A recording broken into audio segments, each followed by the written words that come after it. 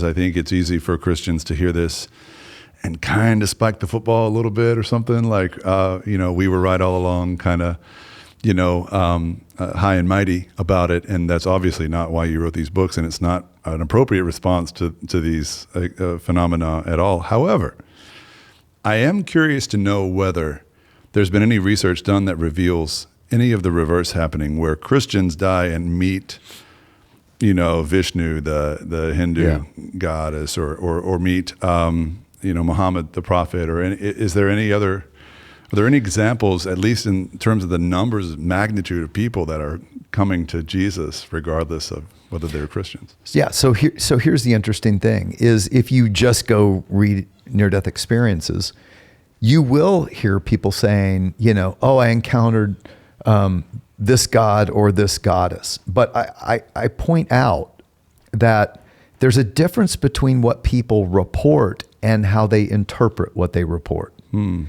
that's a very important distinction. And that's part of why it took me so long to write Imagine Heaven, because that was confusing to me as well. Yeah.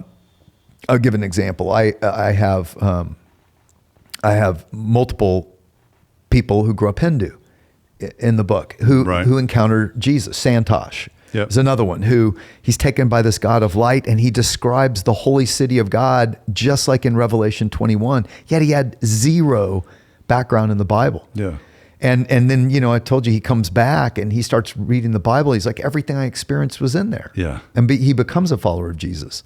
Another guy, Jang Jaswal, Dr. Parti. So there are multiple ones, but they don't all initially interpret it that way. They interpret it in their own cultural framework. Sure. So, for instance, there's another guy I report of in the book, Arvind, who he says, in the hospital, he leaves his body, he floats out into the hallway of the hospital, and there this hallway opens up, and this brilliant God of light and love is there, and then he goes back into his body. Yeah. That's another thing. Some NDEs are shallow. They're not that long of an experience, so that leaves a lot of room to interpret, right? Yeah. So Arvind comes back, and what he says is, I experienced the goddess Kalika.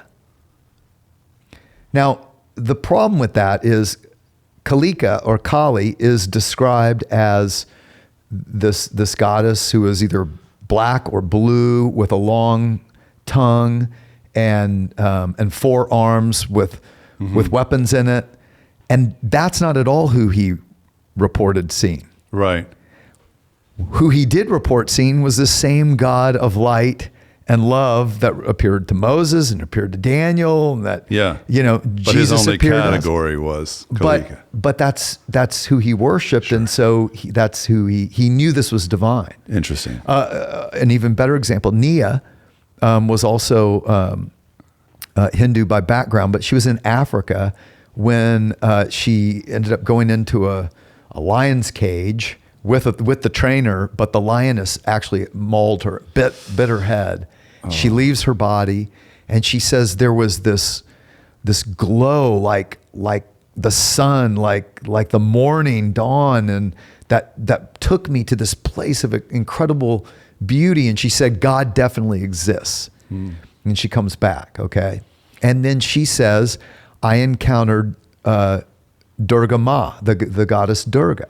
Uh-huh. Now again, Durga is described as a beautiful woman riding a lion or a tiger with like 12 arms, and weapons in the arm. That's not who she saw. Right. She saw the same God of light and love. Yeah. And then she said, interestingly, I came back with a knowledge of Christianity and Jesus, which I didn't have before. Huh. Why Jesus? Yeah. But this is consistent.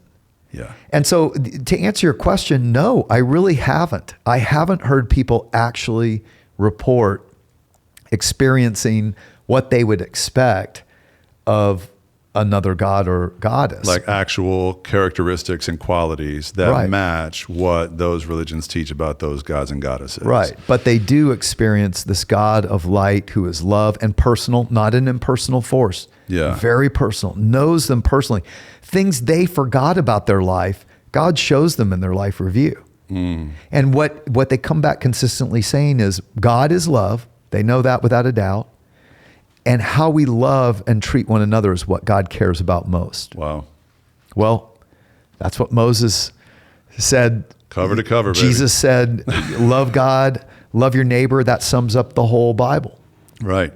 Yeah, you can't love God and hate your neighbor, right? That's pretty much a sticking point in the Bible from start to finish.